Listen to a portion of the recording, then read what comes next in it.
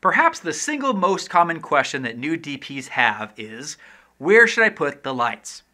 The placement of the lights really determines if the image looks like a professional did it or an amateur did it. If you've ever seen a really talented DP at work, they make it look so easy. Well, in this chapter, we're going to demystify this process a little bit. We'll look at the difference it makes when light hits a subject from all different directions and the ways that that might impact your storytelling. In this particular tutorial, we'll look at lighting a subject from different sides, as well as my own personal preference for lighting people. While we were shooting Bitsy here, we had Eliza just walk around her with the key light so we could see it fall on her face from different sides. Lighting from behind the subject seems to create a great sense of mystery, but lighting directly from the back creates even more mystery as we just kind of get this halo here. As we light the face directly from the side, we get a little more light, but we also draw a dramatic line down the center of the face as half of the face is entirely in shadow. This is usually a very intense and serious look.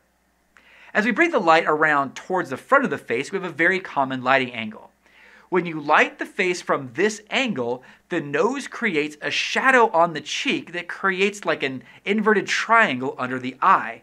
This is usually a pretty flattering angle for most faces. This lighting angle is actually seen in a lot of paintings by the old Renaissance masters, particularly in the portraits by Rembrandt. You can see that little telltale triangle here in A Polish Nobleman, or here in Lucretia, or here in his self-portraits, like this one from 1660. Lighting the subject directly from the front usually isn't my favorite. When I say front, I mean from the direction of the camera. This angle tends to flood the face with light, eliminating any shadows. And that diminishes all the interesting components of the face. It makes it feel flat, and it really just doesn't look cinematic to me.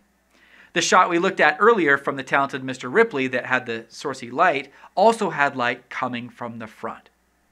As we'll look at later in this course, this is what made a lot of the shots of our council scene, and the sick scene as well, feel kind of flat and boring. However, if from the front you angle the light up a little bit, like we see here on Bitsy, it looks more like a spotlight. Now this is a stylized look for sure, as it makes the subject feel like they're kind of on a stage, but I kind of like this look for fashion photography. I just haven't found an opportunity to use this yet for film. We'll talk more in the next tutorial about lighting from above and the implications of that. So we've seen the light from the front, the back, and the sides. For me personally, after shooting so much material for the Assurance, I've discovered that I really love lighting from behind the subject. I find it infinitely more interesting visually. It illuminates the contours and shapes of the face in such an interesting and elegant way, and it tends to be more flattering. It also seems to kind of tell a story, that they're revealing themselves to the side facing away from us and leaving us on the audience side in the dark. So I wonder if, on some level, it makes us curious to know the subject more because it creates a visual metaphor of someone who is not disclosing all of themselves to us. A lot of our case studies that we'll look at later in this training series have the subject lit from behind.